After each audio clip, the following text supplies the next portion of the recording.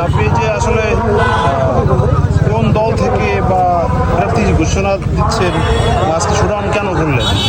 আসসালামু আলাইকুম রহমতুল্লাহ। মিডিয়ার বন্ধুদেরকে হৃদয় থেকে অভিনন্দন। আমি কামরুল ইসলাম সাইদ আনসারি। আমার পিতা আলহামদুলিল্লাহ আনসারি রহমতুল্লাহ আলাইহে। আমার পিতার একটা পরিচয় ছিল, আমারও পারিবারিক ব্যক্তিগত একটা পরিচয় আছে। তো আমি এই এলাকায় নির্বাচন করব, এটা আমার ইচ্ছা ছিল, পরিবারের ইচ্ছা ছিল।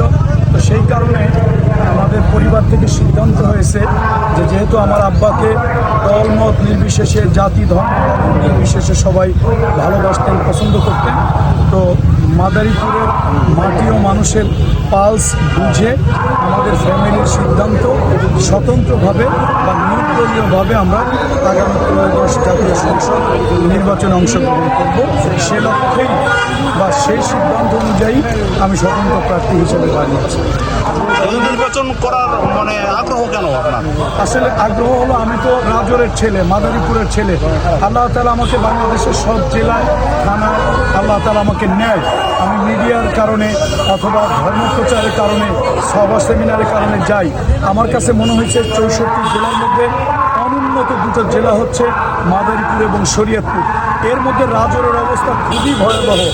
আশেপাশের উপজেলায় যেই পরিমাণে অবকাঠামোগত উন্নয়ন হয়েছে, তার 10 ভাগের 1 ভাগ উন্নয়নের ছোঁয়াও মাদারীপুরের রাজর উপজেলায় লাগে না। আমি এই অবহেলিত জনপদের জন্য উন্নয়নের মতো কিছু করতে চাই এবং এই এলাকার মাটি ও মানুষের সেবায় নিজেকে নিয়োজিত করতে চাই, বেকার সমস্যার সমাধান করতে চাই এবং এখানে কোনো রাজনৈতিক প্রতিহিংসা মুক্ত ধর্ম বর্ণ, যেহেতু এখানের একটা বিশাল জনগোষ্ঠী হিন্দু বা সনাতনী, তো আমরা মুসলমান হিন্দু এই উপজেলার মধ্যে মিক্সড আছি।